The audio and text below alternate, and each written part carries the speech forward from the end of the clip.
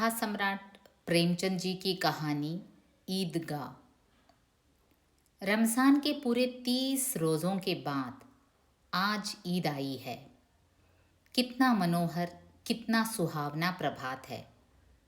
वृक्षों पर कुछ अजीब हरियाली है, खेतों में कुछ अजीब रौनक है, आसमान पर कुछ लालिमा है।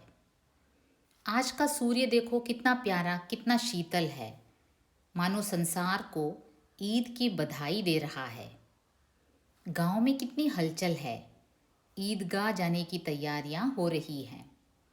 किसी के कुर्ते में बटन नहीं है, पड़ोस के घर से सुई धागा लेने दौड़ा जा रहा है। किसी के जूते कड़े हो गए हैं, उनमें तेल डालने के लिए तेली के घर भागा जाता है। जल्दी जल्दी बैलों को सानी पानी दे दें, ईदगाह से लौटते लौटते दोपहर हो जाएगी। 3 कोस का पैदल रास्ता, फिर सैकड़ों आदमियों से मिलना भेंटना। दोपहर के पहले लौटना असंभव है। लड़के सबसे ज़्यादा प्रसन्न हैं। किसी ने 1 रोज़ा रखा है, वह भी दोपहर तक, किसी ने वह भी नहीं। लेकिन ईदगाह जाने की खुशी उनके हिस्से की चीज़ है। रोज़े बड़े बूढ़ों के लिए होंगे, उनके लिए तो ईद है। रोज़ ईद का नाम रटते थे, आज वह आ गई। अब जल्दी पड़ी है कि लोग ईदगाह क्यों नहीं चलते। इन्हें गृहस्थी की चिंताओं से क्या प्रयोजन। सेवैयां खाएंगे, वे क्या जाने कि अब्बाजान क्यों बदहवास चौधरी कायम अली के घर दौड़े जा रहे हैं। उन्हें क्या खबर कि चौधरी आज आंखें बदल लें तो यह सारी ईद मुहर्रम हो जाए। उनकी अपनी जेबों में तो कुबेर का धन भरा हुआ है। बार बार जेब से अपना खजाना निकाल कर गिनते हैं और खुश होकर फिर रख लेते हैं। महमूद गिनता है, 1 2 10 12, उसके पास 12 पैसे हैं। मोहसिन के पास 1 2 3 8 9 15 पैसे हैं। इन्हीं अनगिनत पैसों में अनगिनत चीज़ें लाएंगे, खिलौने, मिठाइयाँ, बिगुल, गेंद और न जाने क्या क्या। और सबसे ज़्यादा प्रसन्न है हामिद। वह 4-5 साल का गरीब सूरत दुबला पतला लड़का, जिसका बाप गत वर्ष हैजे की भेंट चढ़ गया और माँ न जाने क्यों पीली होती होती एक दिन मर गई। किसी को पता न चला क्या बीमारी है। कहती भी तो कौन सुनने वाला था। दिल पर जो कुछ बीतती थी वह दिल में ही सहती थी, और जब न सहा गया तो संसार से विदा हो गई। अब हामिद अपनी बूढ़ी दादी अमीना की गोद में सोता है और उतना ही प्रसन्न है। उसके अब्बाजान रुपये कमाने गए हैं, बहुत सी थैलियाँ लेकर आएंगे। अम्मी जान अल्लाह मियाँ के घर से उसके लिए बड़ी अच्छी अच्छी चीज़ें लाने गई हैं, इसलिए हामिद प्रसन्न है। आशा तो बड़ी चीज़ है, और फिर बच्चों की आशा, उनकी कल्पना तो राई का पर्वत बना लेती है। हामिद के पाँव में जूते नहीं हैं, सिर पर एक पुरानी धुरानी टोपी है जिसका गोटा काला पड़ गया है, फिर भी वह प्रसन्न है। जब उसके अब्बा जान थैलियाँ और अम्मी जान नियामतें लेकर आएंगी तो वह दिल के अरमान निकाल लेगा।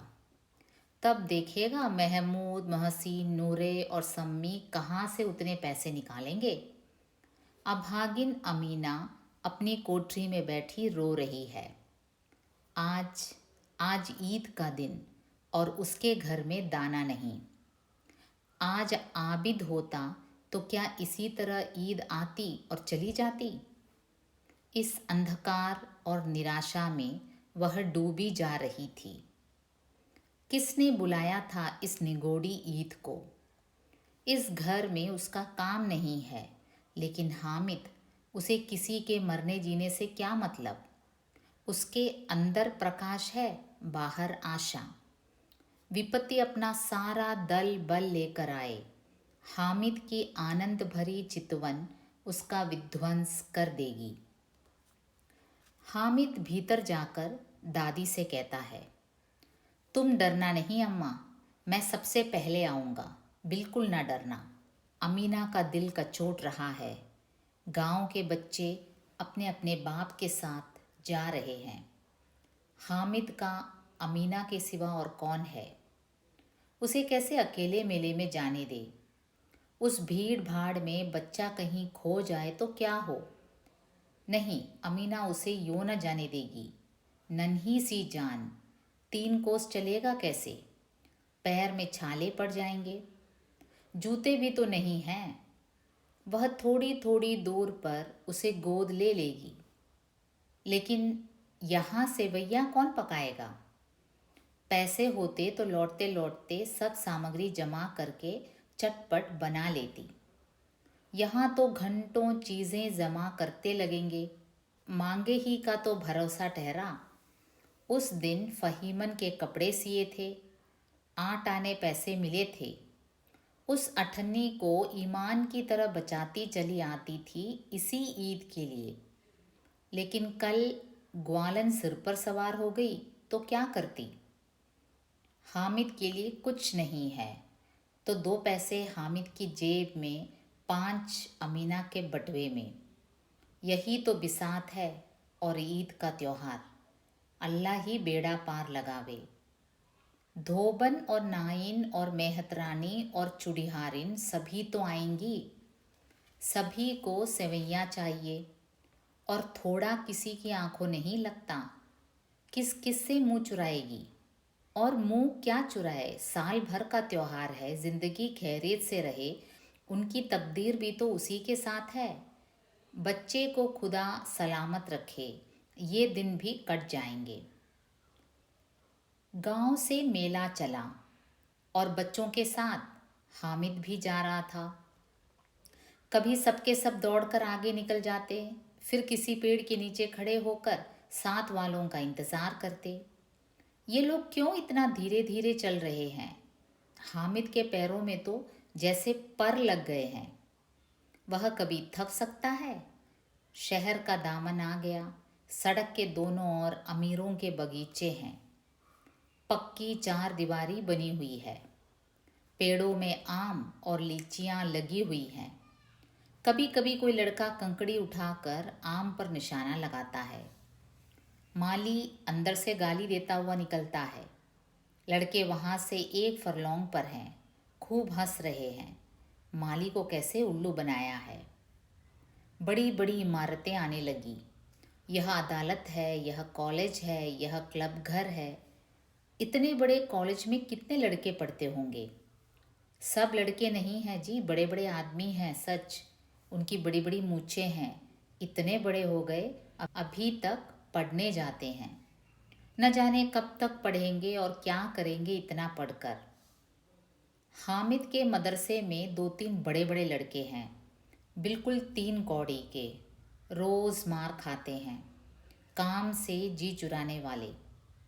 इस जगह भी उसी तरह के लोग होंगे और क्या।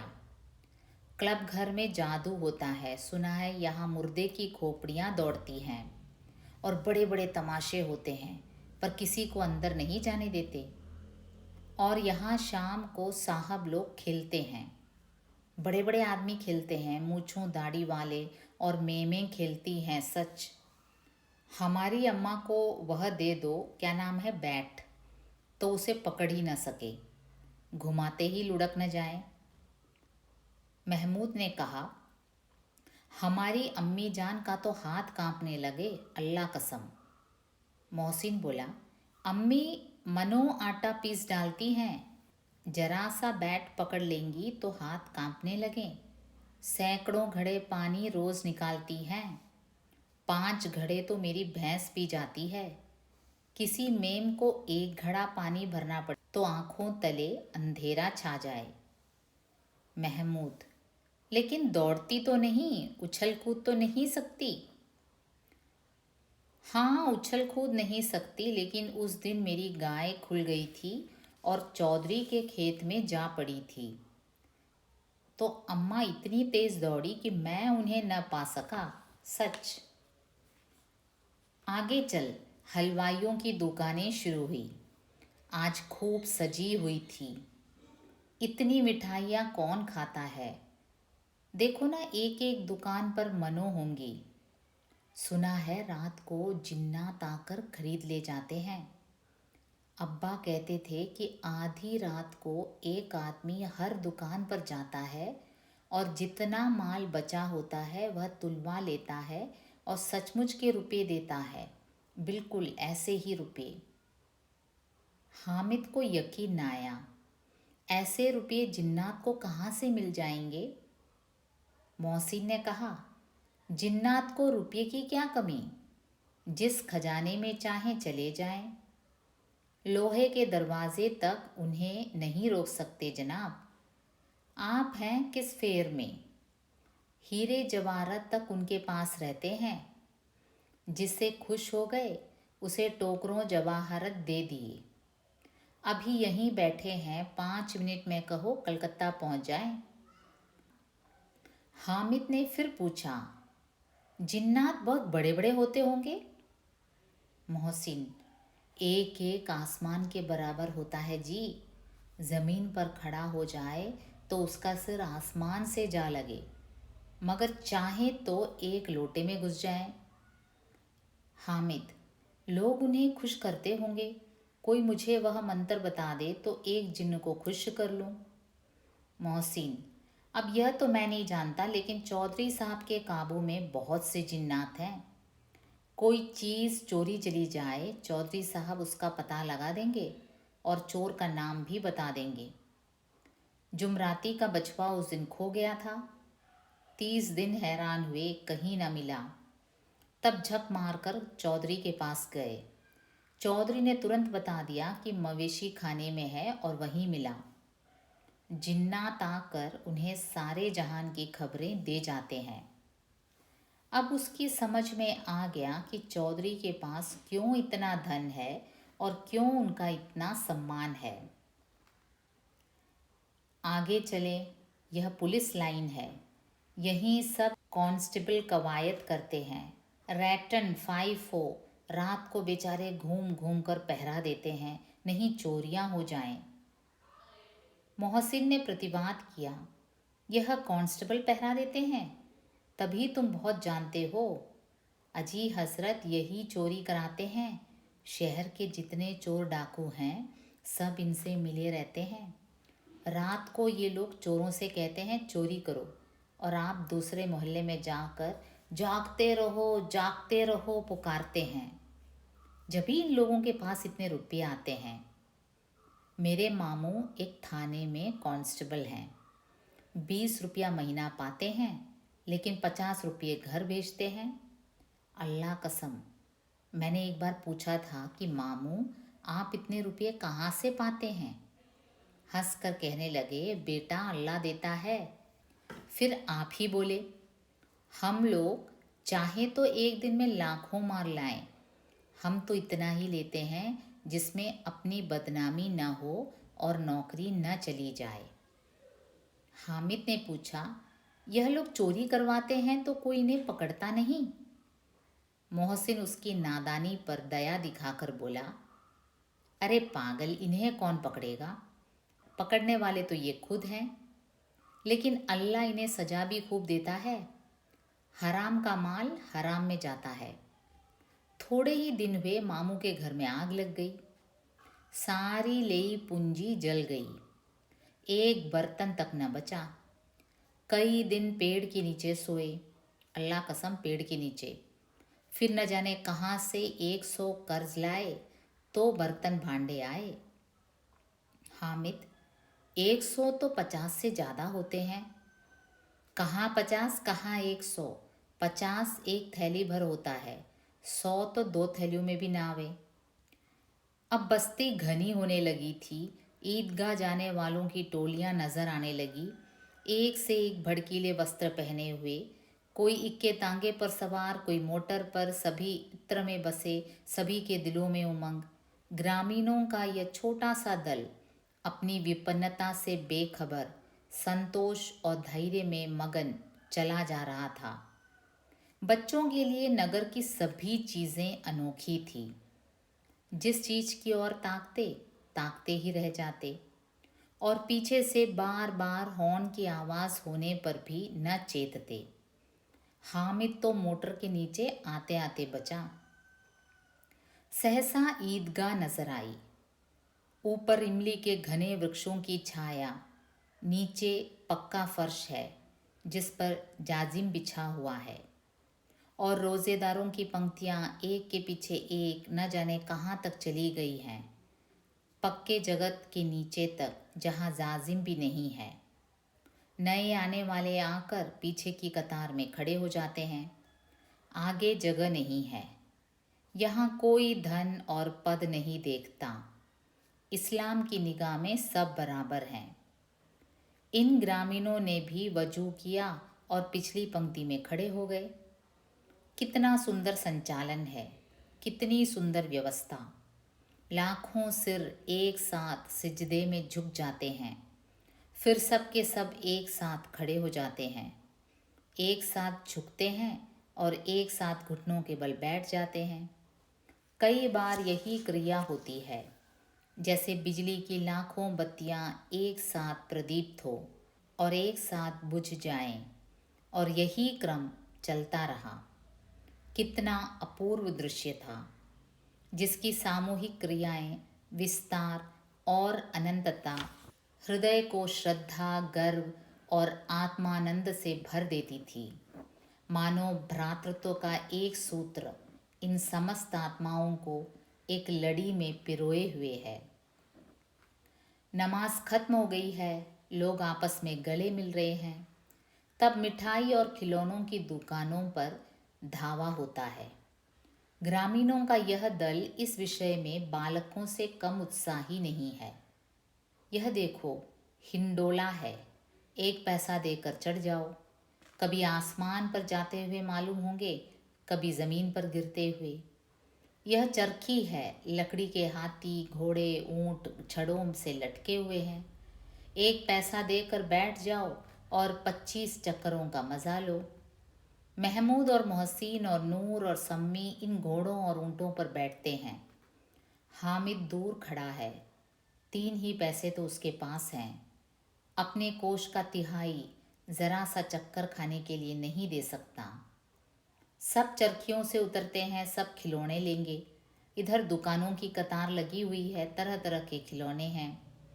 सिपाही का गुजरिया, राजा और वकील, भिश्ती और धोबिन और साधु, वाह कितने सुंदर खिलौने हैं। अब बोला ही चाहते हैं। महमूद सिपाही लेता है, खाकी वर्दी और लाल पगड़ी वाला, कंधे पर बंदूक रखे हुए। मालूम होता है अभी कवायद किए चला आ रहा है। मोहसिन को भिश्ती पसंद आया, कमर झुकी है, ऊपर मश्क रखे हुए हैं, मशक का मुंह एक हाथ में पकड़े हुए हैं। कितना प्रसन्न है, शायद कोई गीत गा रहा है। बस मशक से पानी उंडेला ही चाहता है। नूरे को वकील से प्रेम है, कैसी विद्वता है उसके मुख पर।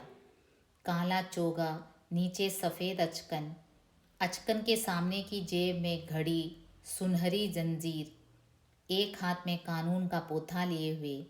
मालूम होता है अभी किसी अदालत से जिरह या बहस किए चला आ रहा है। यह सब 2-2 पैसे के खिलौने हैं। हामिद के पास कुल 3 पैसे हैं। इतने महंगे खिलौने वह कैसे ले? खिलौना कहीं हाथ से छूट पड़े तो चूर चूर हो जाए, ज़रा पानी पड़े तो सारा रंग धुल जाए। ऐसे खिलौने लेकर वह क्या करेगा, किस काम के? मोहसिन कहता है मेरा भिश्ती रोज़ पानी दे जाएगा सांझ सवेरे। तो इस पर महमूद कहता है और मेरा सिपाही घर का पहरा देगा, कोई चोर आवेगा तो फौरन बंदूक से फैर कर देगा। नूरे कहता है मेरा वकील खूब मुकदमा लड़ेगा। तो सम्मी और मेरी धोबिन रोज़ कपड़े धोएगी। हामिद खिलौनों की निंदा करता है, मिट्टी ही के तो हैं, गिरें तो चकनाचूर हो जाएं। लेकिन ललचाई हुई आंखों से खिलौनों को देख रहा है और चाहता है कि ज़रा देर के लिए उन्हें हाथ में ले सकता। उसके हाथ अनायास ही लपकते हैं, लेकिन लड़के लड़के इतने त्यागी नहीं होते, विशेषकर जब अभी नया शौक है। हामिद ललचाता रह जाता है। खिलौनों के बाद मिठाइयाँ आती हैं। किसी ने रेवड़ियाँ ली हैं, किसी ने गुलाब जामुन, किसी ने सोहन हलवा। मज़े से खा रहे हैं। हामिद उनकी बिरादरी से पृथक है। अभागे के पास 3 पैसे हैं, क्यों नहीं कुछ लेकर खाता। ललचाई आंखों से उनकी ओर देखता है। मोहसिन कहता है, हामिद रेवड़ी ले जा, कितनी खुशबूदार है। हामिद को संदेह हुआ, यह केवल क्रूर विनोद है। मोहसिन इतना उदार नहीं है। लेकिन यह जानकर भी वह उसके पास जाता है। मोहसिन दोने से एक रेवड़ी निकालकर हामिद की ओर बढ़ाता है। हामिद हाथ फैलाता है। मोहसिन रेवड़ी अपने मुंह में रख लेता है। महमूद, नूरे और सम्मी खूब तालियां बजा बजा कर हंसते हैं। हामिद खिसिया जाता है। मोहसिन कहता है, अच्छा अब की ज़रूर देंगे हामिद, अल्लाह कसम ले जाए। रखे रहो, क्या मेरे पास पैसे नहीं हैं? 3 ही पैसे तो हैं, 3 पैसे में क्या क्या लोगे? हमसे गुलाब जामुन ले जाओ हामिद। मोहसिन बदमाश है, महमूद कहता है। तो इस पर हामिद कहता है, मिठाई कौन बड़ी नेमत है, किताब में इसकी कितनी बुराइयां लिखी हैं। लेकिन दिल में कह रहे होंगे कि मिले तो खा लें, अपने पैसे क्यों नहीं निकालते। हम समझते हैं इसकी चालाकी, जब हमारे सारे पैसे खर्च हो जाएंगे तो हमें ललचा ललचा कर खाएगा। मिठाइयों के बाद कुछ दुकानें लोहे की चीज़ों की है, कुछ गिलट और कुछ नकली गहनों की। लड़कों के लिए यहाँ कोई आकर्षण न था। वह सब आगे बढ़ जाते हैं। हामिद लोहे की दुकान पर रुक जाता है। कई चिमटे रखे हुए थे। उसे ख्याल आया, दादी के पास चिमटा नहीं है। तवे से रोटियां उतारती हैं तो हाथ जल जाता है। अगर वह चिमटा ले जाकर दादी को दे दे तो वह कितनी प्रसन्न होंगी। फिर उनकी उंगलियां कभी न जलेंगी। घर में एक काम की चीज़ हो जाएगी। खिलौने से क्या फ़ायदा, व्यर्थ में पैसे खराब होते हैं। ज़रा देर ही तो खुशी होती है, फिर तो खिलौनों को कोई आंख उठाकर नहीं देखता। या तो घर पहुंचते पहुंचते टूट फूट कर बराबर हो जाएंगे, या छोटे बच्चे जो मेले में नहीं आए हैं जिद करके ले लेंगे और तोड़ डालेंगे। चिमटा चिमटा कितने काम की चीज़ है। रोटियां तवे से उतार लो, चूल्हे में सेंक लो। कोई आग मांगने आवे तो चटपट चूल्हे से आग निकाल कर उसे दे दो। अम्मा बेचारी को कहाँ फुर्सत है कि बाजार आए, और इतने पैसे ही कहाँ मिलते हैं। रोज़ हाथ जला लेती है। हामिद के साथी आगे बढ़ गए हैं। सबील पर सबके सब शरबत पी रहे हैं। देखो सब कितने लालची हैं। इतनी मिठाइयाँ ली, मुझे किसी ने एक भी न दी। उस पर कहते हैं हमारे साथ खेलो, मेरा यह काम करो। अब अगर किसी ने कोई काम करने को कहा तो पूछूंगा, खाएं मिठाइयाँ, आप मुंह सड़ेगा, फोड़े फुंसियाँ निकलेंगी, आप ही ज़बान चटोरी हो जाएगी। तब घर के पैसे चुराएंगे और मार खाएंगे। किताब में झूठी बातें थोड़े ही लिखी हैं। मेरी ज़बान क्यों खराब होगी। अम्मा चिमटा देखते ही दौड़कर मेरे हाथ से ले लेंगी और कहेंगी, मेरा बच्चा अम्मा के लिए चिमटा लाया है। हज़ारों दुआएं देंगी। फिर पड़ोस की औरतों को दिखाएंगी। सारे गांव में चर्चा होने लगेगी, हामिद चिमटा लाया है, कितना अच्छा लड़का है। इन लोगों के खिलौनों पर कौन इन्हें दुआएं देगा। बड़ों की दुआएं सीधे अल्लाह के दरबार में पहुंचती हैं और तुरंत सुनी जाती हैं। मेरे पास पैसे नहीं हैं, तभी तो मोहसिन और महमूद यूं मिजाज दिखाते हैं। मैं भी इनसे मिजाज दिखाऊंगा। खेलें खिलौने और खाएं मिठाइयाँ। मैं नहीं खेलता खिलौने, किसी का मिजाज क्यों सहूं। मैं गरीब सही, किसी से कुछ मांगने तो नहीं जाता। आखिर अब्बा जान कभी न कभी आएंगे, अम्मा भी आएंगी ही। फिर इन लोगों से पूछूंगा कितने खिलौने लोगे। एक एक को टोकरियां खिलौने दूं और दिखा दूं कि दोस्तों के साथ इस तरह सलूक किया जाता है। यह नहीं कि एक पैसे की रेवड़ियां ली तो चिड़ा चिड़ा कर खाने लगे। सब के सब खूब हंसेंगे कि हामिद ने चिमटा लिया है। हंसे मेरी बला से। उसने दुकानदार से पूछा, यह चिमटा कितने का है? दुकानदार ने उसकी ओर देखा और कोई आदमी साथ न देखकर कहा, यह तुम्हारे काम का नहीं है जी। बिकाऊ क्यों नहीं है और यहाँ क्यों लाए हैं? बिकाऊ है, क्यों नहीं? तो बताते क्यों नहीं कै पैसे का है? 6 पैसे लगेंगे। हामिद का दिल बैठ गया। ठीक ठीक 5 पैसे लगेंगे, लेना हो तो लो, नहीं चलते बनो। हामिद ने कलेजा मजबूत करके कहा, 3 पैसे लोगे? यह कहता हुआ वह आगे बढ़ गया कि दुकानदार की घुड़कियां न सुने, लेकिन दुकानदार ने घुड़कियां नहीं दी, बुलाकर चिमटा दे दिया।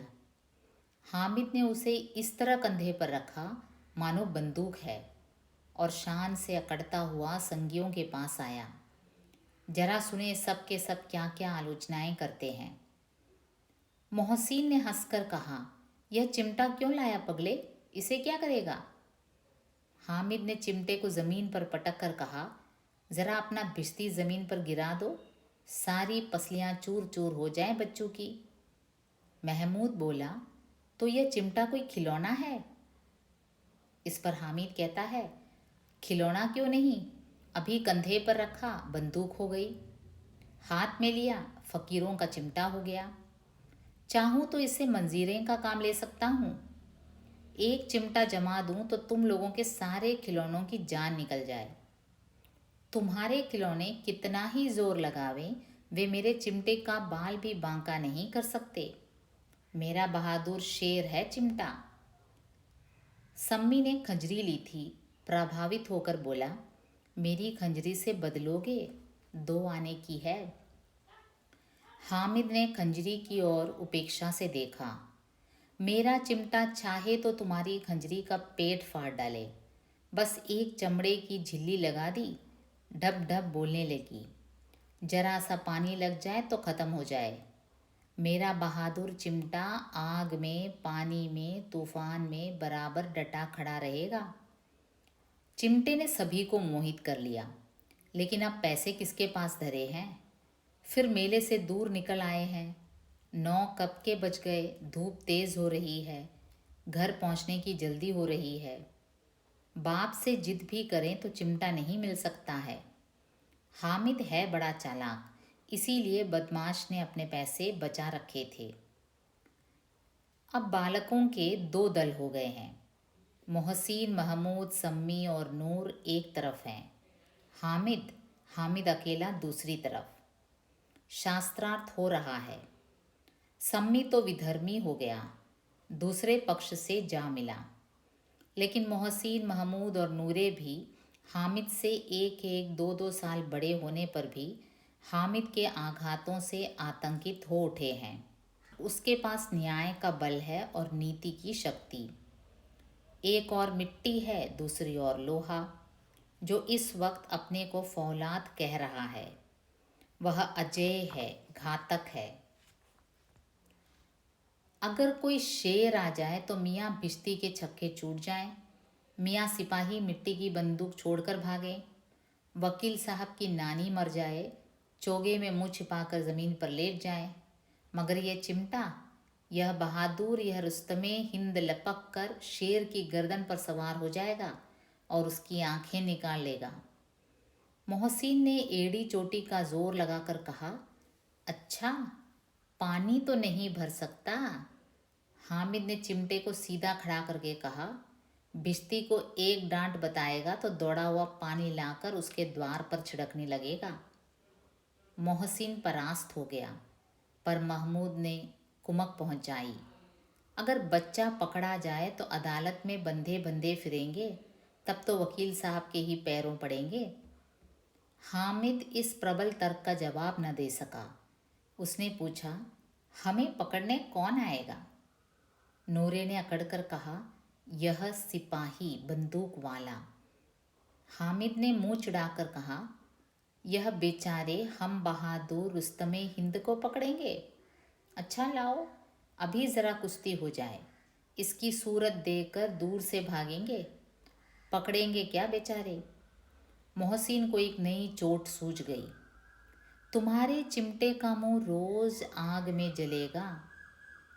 उसने समझा था कि हामिद लाजवाब हो जाएगा, लेकिन यह बात न हुई। हामिद ने तुरंत जवाब दिया, आग में बहादुर ही कूदते हैं जनाब। तुम्हारे यह वकील, सिपाही और बिश्ती लौंडियों की तरह घर में घुस जाएंगे। आग में कूदना वह काम है जो रुस्तमे हिंद ही कर सकता है। महमूद ने एक जोर लगाया, वकील साहब कुर्सी मेज पर बैठेंगे, तुम्हारा चिमटा तो बावर्ची खाने में ज़मीन पर पड़ा रहेगा। इस तर्क ने सम्मी और नूरे को भी सजीव कर दिया। कितने ठिकाने की बात कही है पट्टे ने। चिमटा बावर्ची खाने में पड़े रहने के सिवा और क्या कर सकता है। हामिद को कोई फड़कता हुआ जवाब न सूझा तो उसने धांधली शुरू की। मेरा चिमटा बावर्ची वाले में नहीं रहेगा।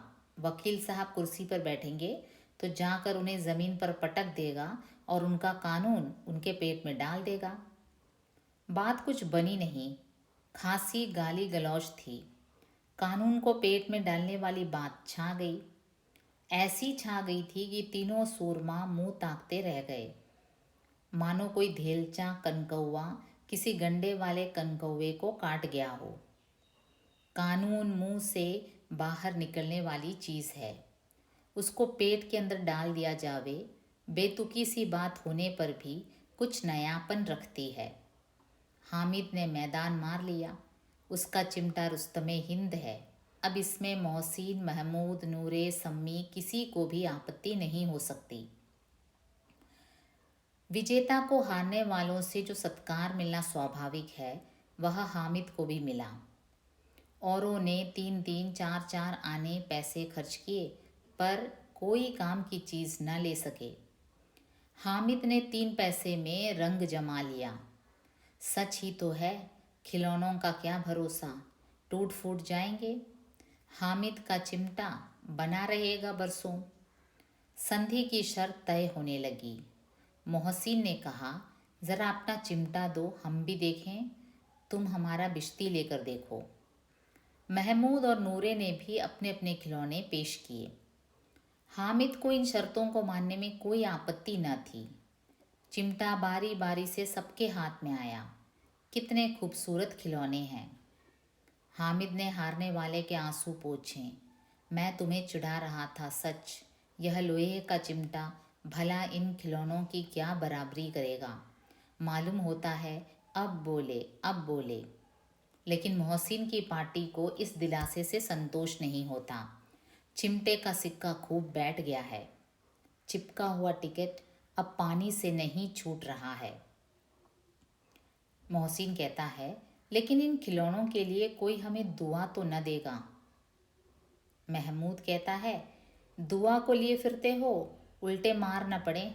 अम्मा ज़रूर कहेंगी कि मेले में मिट्टी के खिलौने ही तुम्हें मिले। हामिद को स्वीकार करना पड़ा कि खिलौनों को देखकर किसी की माँ इतनी खुश न होगी जितनी दादी चिमटे को देखकर खुश होंगी। 3 पैसों ही में तो उसे सब कुछ करना था और उन पैसों के इस उपयोग पर पछतावे की बिल्कुल ज़रूरत न थी। फिर अब तो चिमटा रुस्तमे हिंद है और सभी खिलौनों का बादशाह। रास्ते में महमूद को भूख लगी। उसके बाप ने केले खाने को दिए। महमूद ने केवल हामिद को साझी बनाया। उसके अन्य मित्र मुंह ताकते रह गए। यह उस चिमटे का प्रसाद था। 11 बजे सारे गांव में हलचल मच गई। मेले वाले आ गए। मोहसिन की छोटी बहन ने दौड़कर भिश्ती उसके हाथ से छीन लिया और मारे खुशी से उछली तो मियाँ भिश्ती नीचे आ रहे और सुरलोक सिधारे। इस पर भाई बहन में मारपीट हुई। दोनों खूब रोए। उनकी अम्मा यह शोर सुनकर बिगड़ी और दोनों को ऊपर से 2-2 चांटे और लगाए। मियाँ नूरे के वकील कांत उसकी प्रतिष्ठानुकूल इससे ज़्यादा गौरवमय हुआ। वकील ज़मीन पर या ताक पर तो नहीं बैठ सकता, उसकी मर्यादा का विचार तो रखना ही होगा। दीवार में 2 खूंटियाँ गाड़ी गईं, उन पर लकड़ी का एक पटरा रखा गया। पटरे पर कागज़ का कालीन बिछाया गया। वकील साहब राजा भोज की भांति सिंहासन पर विराजे। नूरे ने उन्हें पंखा झलना शुरू किया। अदालतों में खस की टट्टियाँ और बिजली के पंखे रहते हैं, क्या यहाँ मामूली पंखा भी ना हो? कानून की गर्मी दिमाग पर चढ़ जाएगी कि नहीं? बांस का पंखा आया और नूरे हवा करने लगे। मालूम नहीं पंखे की हवा से या पंखे की चोट से वकील साहब स्वर्गलोक से मृत्युलोक में आ रहे और उनका माटी का चोला माटी में मिल गया। फिर बड़े जोर शोर से मातम हुआ और वकील साहब की अस्थियां घोड़े पर डाल दी गईं। अब रहा महमूद का सिपाही। उसे चटपट गांव का पहरा देने का चार्ज मिल गया।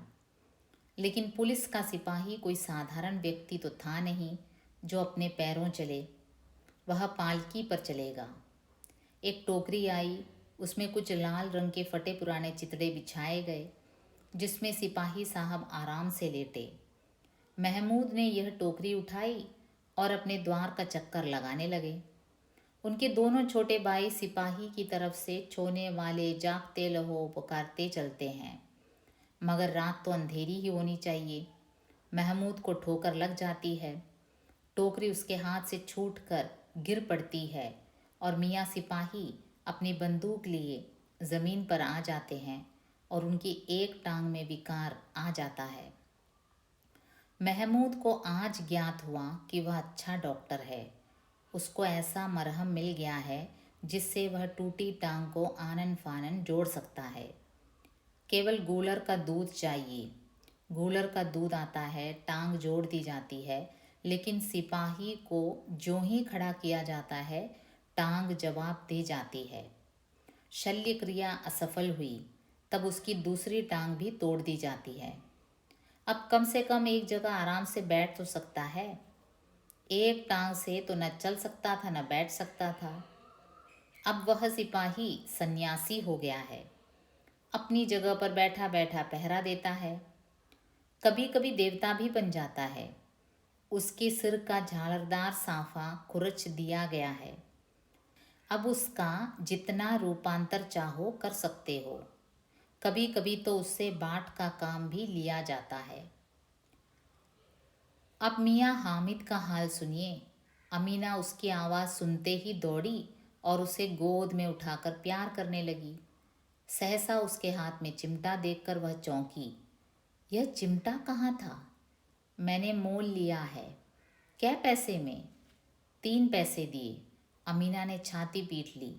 यह कैसा बेसमझ लड़का है कि दोपहर हुई, कुछ खाया न पिया, लाया क्या यह चिमटा? सारे मेले में तुझे और कोई चीज़ न मिली जो यह लोहे का चिमटा उठा लाया? हामिद ने अपराधी भाव से कहा, तुम्हारी उंगलियां तवे से जल जाती थी, इसलिए मैंने इसे ले लिया। बुढ़िया का क्रोध तुरंत स्नेह में बदल गया, और स्नेह भी वह नहीं जो प्रगल्भ होता है और अपनी सारी कसक शब्दों में बिखेर देता है। यह मूक स्नेह था, खूब ठोस, रस और स्वाद से भरा हुआ। बच्चे में कितना त्याग, कितना सद्भाव और कितना विवेक है। दूसरों को खिलौने लेते और मिठाई खाते देखकर उसका मन कितना ललचाया होगा। इतना जब्त इससे हुआ कैसे? वहाँ भी उसे अपनी बुढ़िया दादी की याद बनी रही। अमीना का मन गदगद हो गया। और अब एक बड़ी विचित्र बात हुई, हामिद के इस चिमटे से भी विचित्र। बच्चे हामिद ने बूढ़े हामिद का पाठ खेला था। बुढ़िया अमीना बालिका अमीना बन गई। वह रोने लगी, दामन फैलाकर हामिद को दुआएं देती जाती थी और आंसू की बड़ी बड़ी बूंदें गिराती जाती थी। हामिद इसका रहस्य क्या समझता?